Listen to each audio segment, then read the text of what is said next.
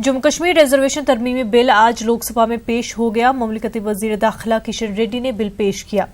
आपको बता दें कि जम्मू कश्मीर तरमीमी बिल से माशी और माशरती तौर पर पिछड़े हुए लोगों को राहत मिलेगी। तालीमी इदारों और सरकारी नौकरियों के लिए रिजर्वेशन की तजवीज है। रिजर्वेशन का फायदा बैन अक़वामी सरहद पर रह रहे लोगों को भी मिलेगा।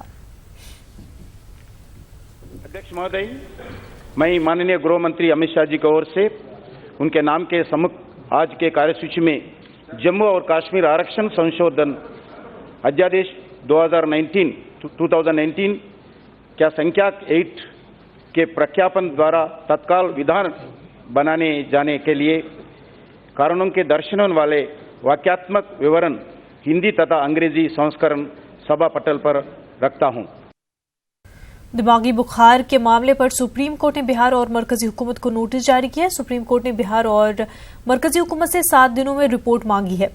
सुप्रीम कोर्ट ने बिहार के वाकयात पर तशवीश का इजहार करते हुए सेहत खिदमात, सफाई सुथराई और ग़िज़ाइयत पर जवाब मांगा है।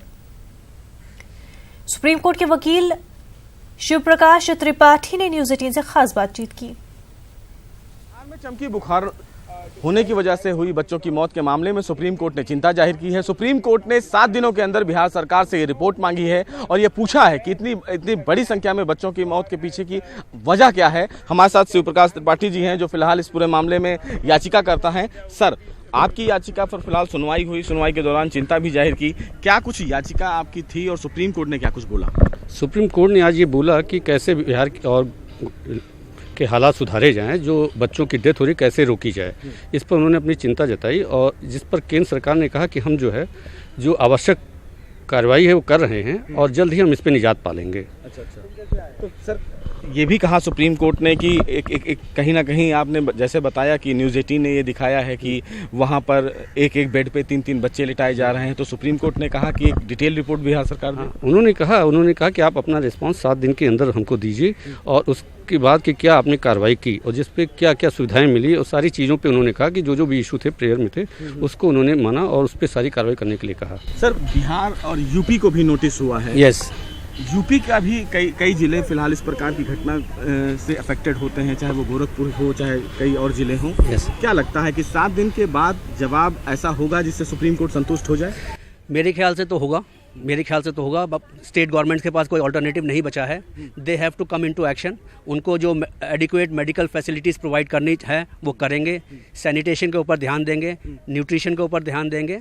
तो इसलिए अब स्टेट गवर्नमेंट को तो एक्शन पे आना पड़ेगा। सर, आपको नहीं लगता इससे पहले बिहार सरकार को तैयारी करनी चाहिए थी? ये कोई पहली घटना नहीं है। सी, इन आर पिटीशन हमने एक प्रेयर की है कि हर साल ये बीमारी फैलती है, हर साल बच्चों की डेथ होती है, तो एक परमानेंट इंफ्रास्ट्रक्चर क्रिएट होना चाहिए सो दैट इस डिजीज़ का आउटब्रेक ही ना हो। लेकिन आज तक नहीं था, लेकिन अब सुप्रीम कोर्ट हरकत में आया है तो सरकार भी कुछ ना कुछ तो करेगी। अब कुछ ना कुछ तो करेगी। तो ये फिलहाल सुप्रीम कोर्ट ने चिंता जाहिर कर दी है और इस चिंता पर कहीं ना कहीं अब सवाल और इस सवाल का जवाब बिहार सरकार को देना है। देखना यह होगा कि 7 दिन बाद सुप्रीम कोर्ट में बिहार सरकार अपना क्या कुछ जवाब दाखिल करती है और क्या उसके जवाब से देश की सबसे बड़ी अदालत संतुष्ट भी हो पाती है या फिर नहीं, क्योंकि सवाल यही है कि आखिर इतनी बड़ी संख्या में बच्चों की जो मौत हुई उसके पीछे की असली वजह है क्या। कैमरामैन वैभव के साथ सुशील Pandey, news 18, Delhi. BJP leader Harish Khurana का कहना है कि अरविंद केजरीवाल ने दिल्ली को वाईफाई करने का जो वादा किया था वो झूठ था। उन्होंने कहा कि आपकी सरकार अब जाने वाली है। हरीश खुराना से हमारी बात हुई हमारी नुमाइंदा रचना के जरिए। सत्ता में काबिज अरविंद केजरीवाल सरकार ने कहा था कि जो दिल्ली के युवा हैं उनको फ्री वाईफाई मिलेगा, लेकिन फ्री वाईफाई की सुविधा अब तक नहीं मिल पाई है। इसको लेकर हरीश खुराना ने आरटीआई डाली। पूरे मसले पर हमारे साथ बात करने के लिए मौजूद है हरीश खुराना। हरीश जी, आपने आरटीआई डाली, फ्री वाईफाई की बात अरविंद केजरीवाल कह रहे थे, तो अब आरटीआई में क्या कुछ निकल कर आया है? देखिए, 70 वादों में से एक प्रमुख वादा था इनका कि दिल्ली के अंदर हम वाईफाई देंगे। आज लगभग 4.5 पौने 5 साल इनकी सरकार को हो गए, लेकिन अभी तक वाईफाई का पता नहीं था। मैंने एक आरटीआई लगाई थी कि उन्होंने 3 सवाल पूछे थे। पहला सवाल यह था कि दिल्ली के वाईफाई का अब तक स्टेटस क्या है, टेंडर फ्लोट हुआ या नहीं, और तीसरा अगर नहीं हुआ तो कब तक होगा। ये मैंने उनसे 3 जवाब पूछे थे और जब जवाब आया उन्होंने साफ लिखा है preliminary estimate of being submitted for getting administrative approval and expenditure by the sanction of the government authority. यानी कि 4.5 सालों में वाईफाई को लेकर सिर्फ फाइल ही एक महकमे से दूसरे महकमे में घूम रही है, कुछ नहीं हुआ। मुख्यमंत्री जी, आज दिल्ली की जनता ये सवाल पूछ रही है कि आपका जो प्रमुख वादा था उसका क्या हुआ। हमें मालूम है कि आपकी सरकार अब जाने वाली है, आप ये वादा तो पूरा नहीं कर पाएंगे, लेकिन निश्चित रहिए दिल्ली वालों को फ्री वाईफाई जरूर मिलेगा फरवरी 2020 के बाद, जब भारतीय जनता पार्टी की सरकार आएगी। लेकिन दिल्ली की जनता आज आपसे एक सवाल पूछेगी, ये मैं नहीं पूछ रहा, दिल्ली की जनता इस आरटीए के माध्यम से पूछ रही है कि जो फाइलें घूम रही हैं 4.5 साल में अभी तक पास क्यों नहीं हुई, ये दिल्ली की जनता सवाल पूछ रही है। अरविंद केजरीवाल सुरक्षा को लेकर भी बड़े सवाल कर रहे हैं। आपका भी एक ट्वीट आया है, आपने लिखा कि रोहिंग्या और जो बांग्लादेशी घुसपैठी है उस पर अरविंद केजरीवाल क्यों चुप हैं? देखिए, दो बातें हैं। अरविंद केजरीवाल जी राजनीति तो खेलना जानते हैं कि कानून व्यवस्था के ऊपर प्रश्न चिन्ह उठाना जानते हैं। दिल्ली पुलिस अपना काम कर रही है और भी करना चाहिए, थोड़ी बहुत जो कमी पेशी है पूरी करनी चाहिए। लेकिन सवाल सिर्फ इस चीज का है कि आप दो चीजें हैं। पहली बात, एक मुख्यमंत्री होने के नाते आपको पूरा अधिकार है दिल्ली पुलिस कमिश्नर को तलब करने का।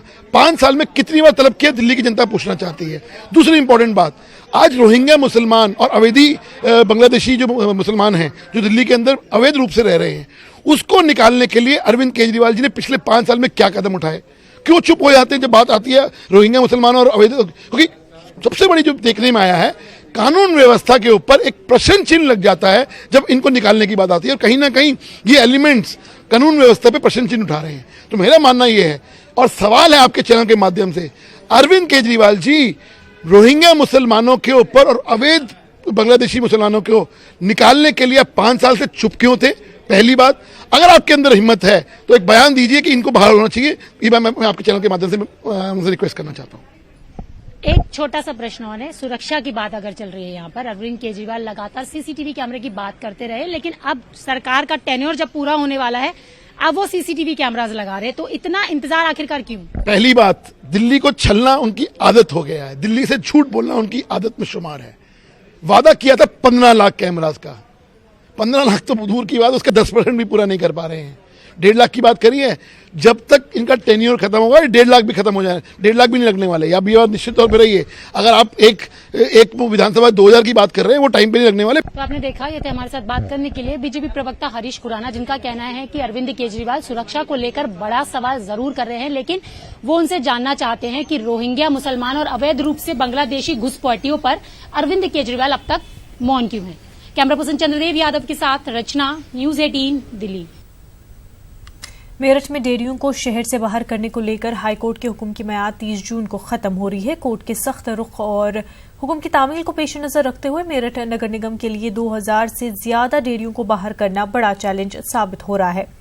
वहीं बगैर किसी तैयारी और कैटल कॉलोनी की जगह मुहैया कराए डेयरियों के खिलाफ कार्रवाई से मेरठ के डेयरी कारोबार और रोजगार बुरी तरह मुतासिर हो रहे हैं।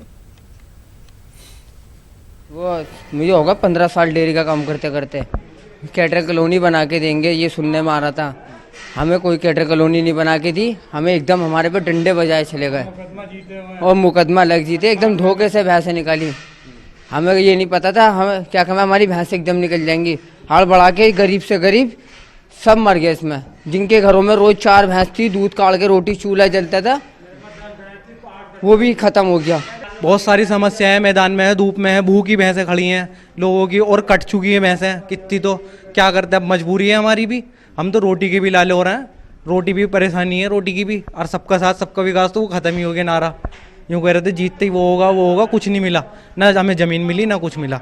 दूध की तो आपको 8 दिन के अंदर रिजल्ट पता लग जाएगा। दूध तो 70 रुपये में भी पैदा नहीं होगा।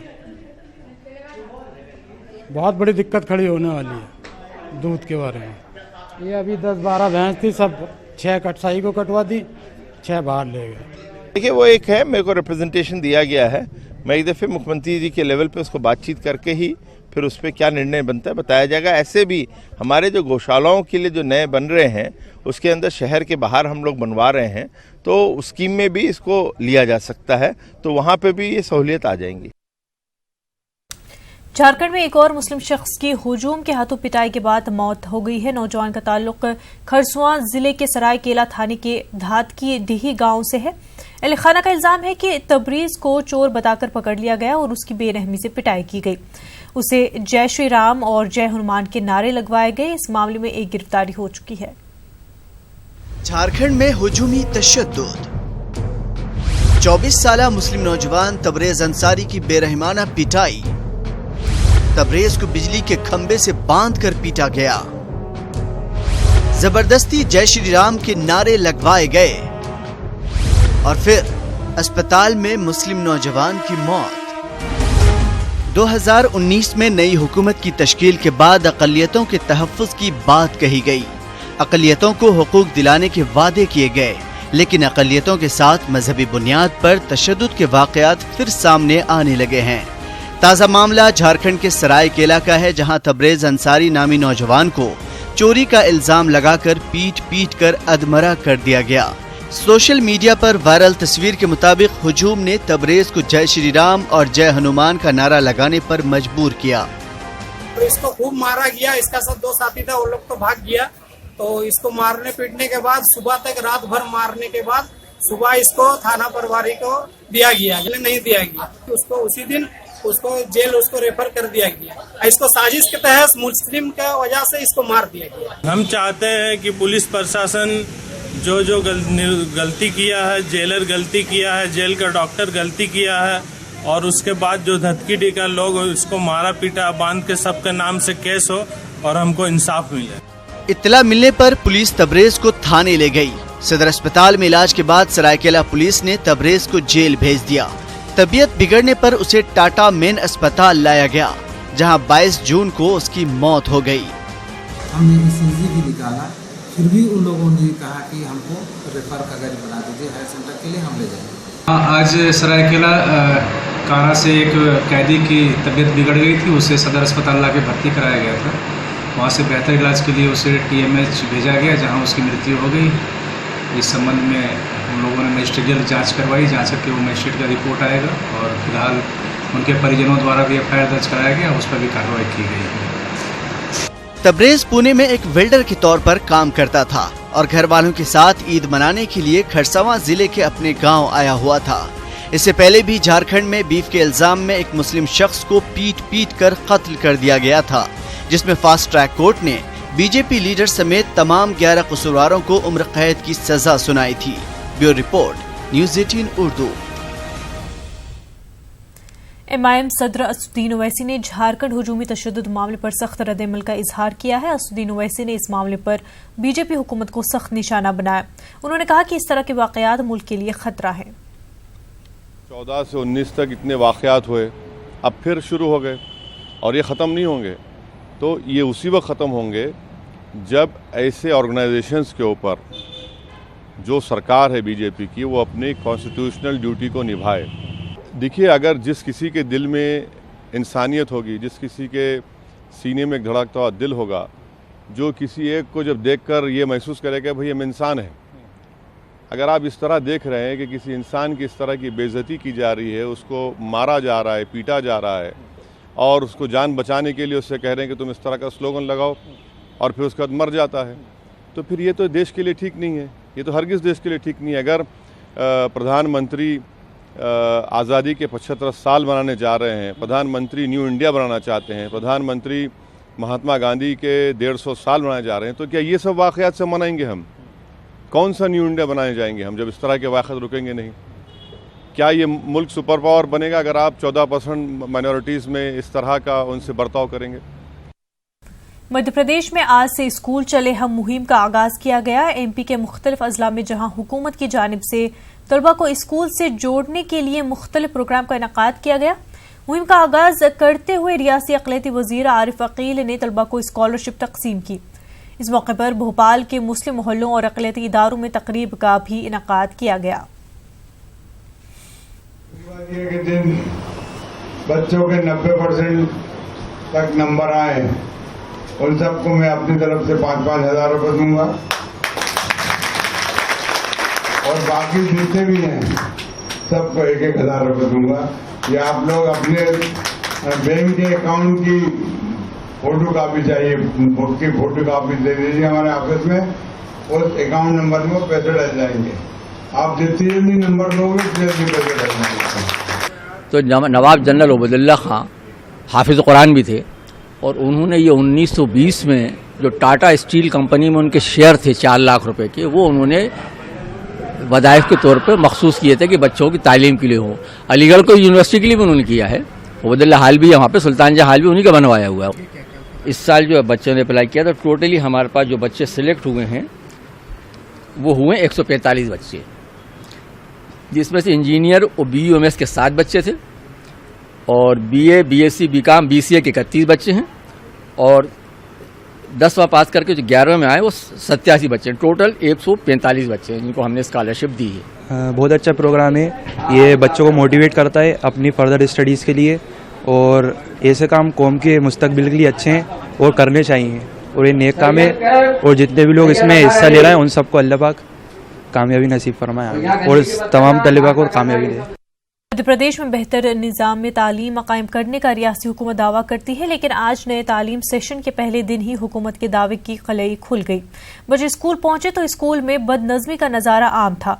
इंदौर के मॉडल स्कूल के मैदान में पानी भरा हुआ था, जिसकी वजह से बच्चों और असातिज़ा को क्लासरूम तक पहुंचने में बहुत परेशानी हुई। सब पढ़े और सब पढ़े का नारा बुलंद करने वाली मध्य प्रदेश सरकार शिक्षा के प्रति कितनी गंभीर है, इसका नज़ारा हम आपको दिखाते हैं। आज शिक्षण सत्र का पहला दिन है, नया शिक्षण सत्र है और ये उत्कृष्ट विद्यालय है, एक तरह से मॉडल माना जाता है स्कूलों का उस शहर का। लेकिन आप देख सकते हैं इसी स्कूल के इस ग्राउंड में पानी भरा हुआ है, बच्चों को खेलने के लिए ग्राउंड नहीं है। और ये जो बिल्डिंग आपको मैं दिखाऊंगा, ये जो बिल्डिंग है पिछले करीब 5 साल से बन रही है, बताया जा रहा है ठेकेदार का पेमेंट नहीं हुआ है। इसको 6 महीने में तैयार होना था, लेकिन आज तक ये बिल्डिंग नहीं बन पाई। तो आप ऐसे में बच्चे कैसे पढ़ेंगे? मैं बच्चों से भी बात करता हूँ। जी बताइए, इससे कितनी तकलीफ हो रही है? अब ये पानी भरा हुआ ग्राउंड में सर तकलीफ तो हो रही है, बट बारिश की वजह से भर जाता है पानी। आपने इसकी कहीं शिकायत की? नहीं, वैसे तो बारिश के टाइम पर ही होता है, इसलिए कोई शिकायत नहीं। बारिश के टाइम पर तो आप लोग जब खेल नहीं पाते हो कैसे निकलते हैं? सर हम लोग का ग्राउंड एक्चुअली है उधर, नॉर्मल हम लोग खेल लेते हैं, हम उस ग्राउंड पर खेल लेते हैं और आगे वाले ग्राउंड पर भी खेल। अच्छा, आपको यहाँ से निकलने में दिक्कत होती होगी? नहीं, उतनी नहीं होती, मतलब जब ज्यादा पानी आता है ना उसी समय होता है। तो ज्यादा पानी आता है तो यहाँ पर भर जाता है? कितना भर जाता है? ज्यादा नहीं भरता, यहाँ तक के भरता। फिर कैसे निकलते हैं स्कूल से? फिर वो पीछे के साइड के रास्ते से यहाँ से निकलता है। तो आपके जूते गीले हो जाते होंगे? जी होते तो हैं ऑफ कोर्स। तो देखिए, नया शिक्षण सत्र शुरू हुआ है और सरकार तमाम दावे कर रही है कि उनको गुलाब का फूल देके बच्चों का स्वागत करेंगे और तिलक लगाकर उनका स्वागत किया जाएगा। लेकिन जो बेसिक चीजें हैं वो अभी तक सरकार मुहैया नहीं करा पाई है। इंदौर के स्कूल के नज़ारे से आप समझ गए होंगे कि शिक्षा व्यवस्था की जो बात करती है सरकार, लेकिन वो उसके प्रति गंभीर दिखाई नहीं देती। कैमरामैन डगलस के साथ अरुण त्रिवेदी, न्यूज 18 इंदौर। कमलनाथ हुकूमत मध्य प्रदेश में ई राशन सिस्टम तैयार करने की कोशिश कर रही है। अगर तेजी से काम जारी रहा तो आने वाले दिनों में गरीबों को ई राशन कार्ड दिए जाएंगे। ई राशन कार्ड के मुख्तलिफ फायदे हैं। इससे बड़ा फायदा ये होगा कि कोई भी शख्स मध्य प्रदेश के किसी भी इलाके में राशन ले सकेगा। महकमे खुराक ई राशन कार्ड सिस्टम पर काम कर रहा है। वाज़ेह है कि ई राशन कार्ड को ऑनलाइन सिस्टम से जोड़ा जाएगा। राशनिंग व्यवस्था को बेहतर बनाने के लिए ई राशन कार्ड जैसी कोई व्यवस्था पर भी क्या विचार कर रही है सरकार? निश्चित रूप से उस उपभोक्ता को, जैसे बालाघाट में से मजदूरी करने आया, भोपाल, इंदौर, ग्वालियर, जबलपुर, उसको राशन नहीं मिलता, तो राशन ई राशनिंग से ये फायदा होगा, वो कार्ड अपनी जेब में रखेगा। अगर वो बालाघाट में तो बालाघाट में मान ले और जबलपुर में जबलपुर में ले ले। ये व्यवस्था हम करने जा रहे हैं हमारी सरकार। कब तक माना जाए और ये सिस्टम को इम्प्लीमेंट कैसे करेंगे, लागू कैसे करेंगे? कुछ प्लान इसका पूरी तैयारी चल रही है। मैं आधिकारिक घोषणा, इसकी पूरी प्लानिंग हो जाएगा, ढांचा तैयार हो जाएगा, उसके बाद। मध्य प्रदेश में बिजली कटने पर सियासत जारी है। बीजेपी मुसलसल कांग्रेस को तनकीद का निशाना बना रही है। इस वन में बीजेपी युवा मोर्चा ने सभी अजला में कांग्रेस के खिलाफ लालटेन ले जाकर एहतजाज किया। इसके बाद राहुल गांधी, सीएम कमलनाथ और वजीर तवन्नाई को लालटेन और माचिस पार्सल किया। एमपी के कनौटी जेल से फरार होने वाले कैदियों का मास्टरमाइंड विनोद दांगी गिरफ्तार हो गया है। नीमच पुलिस ने विनोद दांगी को हिरासत में ले लिया है। विनोद गुज़िश्ता 3.5 माह से अफ्यून की तस्करी के इल्जाम में कनौटी जेल में बंद था। दीगर फरार कैदियों को गिरफ्तार करने के लिए पुलिस टीम रवाना कर दी गई है। जेल ब्रेक मामले में हम लोगों ने विनोद को पकड़ा है।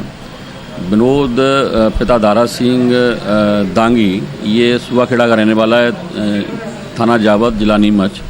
ये गत 3.5 महीने इन्हीं के साथ में रहा है, उसी बैरक में रहा है। ये भी एनडीपीएस का आरोपी है और ये 11 जून को ये जमानत पर रिहा हुआ है। इसका ये कहना है कि चूँकि हम लोग भी पहले भी भागना चाह रहे थे, लेकिन चूँकि हमारी जमानत का चल रहा था तो इसलिए फिर हमने ये प्लान चेंज कर दिया। इसके बाद फिर लगातार जमानत छूटने के बाद ये करीबन 17, 18, 19, 20 लगातार जो है ये जेल में आया है और नाहर सिंह से मिला है, पंकज से मिला है। और तो ये पूरी जो प्लानिंग है सब कुछ ये इसी के द्वारा किया गया है। तो ये करगिल जंग के 20 बरस पूरे होने के मौके पर मध्य प्रदेश के ग्वालियर के महाराजपुरा एयरफोर्स स्टेशन पर एयर शो का इनेकाद किया गया। एयर शो के बाद एयरफोर्स ने दावा किया कि करगिल जंग के बाद 2 अगस्त 2002 में भी पाकिस्तान में एयर स्ट्राइक किया गया था। एयर मार्शल राजेश कुमार ने दावा किया कि फजाइये ने पाकिस्तान में दहशतगर्द कैंपों को तबाह किया था।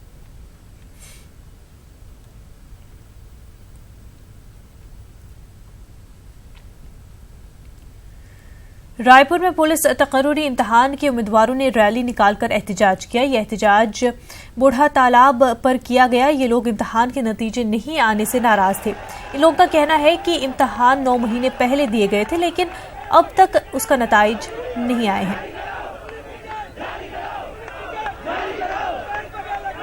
और ये हम लोगों का सीजी पुलिस को निकाल लिए हैं, बट 9 महीना होने वाले हैं और उसका कोई रिजल्ट आ ही नहीं रहा। तो हम सरकार से यही मांग करते हैं कि हमारी दुआ बद्दुआ मत ले और हमारा सीजी पुलिस को निकाले। और किन्नर को फर्स्ट बार पहले हुआ है तो हमारे से बुरा कोई नहीं होगा और इसको उपन्यता से और अच्छे से निकाल दे, यही हमारी रिक्वेस्ट है। क्योंकि सरकार से हमसे लड़ाई झगड़ा नहीं कर रहे हैं। हम लोग 11 तारीख से बैठे हैं सर, छोटे छोटे देख रहे हैं। छोटे छोटे बच्चे को मैं बस्तर से पकड़ कर आई हूँ और अकेली आई हूँ। दोनों बच्चे को पकड़ कर सुबह 7 बजे से न कुछ खाई हूँ न कुछ पानी भी नहीं पी हूँ। उनको रैली निकालने की आवश्यकता नहीं है।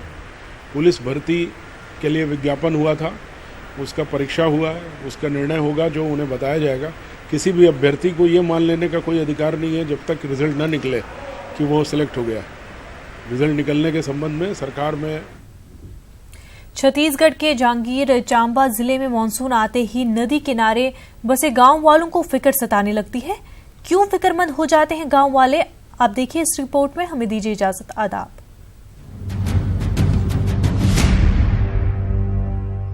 छत्तीसगढ़ के जांजगीर चांपा जिले से हसदेव नदी और महानदी गुजरती है। दोनों नदी में पानी की सतह बढ़ने से बाढ़ के पानी में नदी के किनारे बसा गांव पूरी तरह से डूब जाता है। हर साल बाढ़ की मुसीबतें झेलने वाले लोग अपना दर्द बयां कर रहे हैं और कहते हैं कि सब कुछ डूब जाने के बावजूद सरकार और इंतजामिया से कोई मदद नहीं मिलती है। बाढ़ आथे तो भागथन का सब आदमी मन आके हमला भगवाथे तो हमन भागथन अग्रेसन भवन में चाहे वो स्कूल में और भाग के अपन यह करथन।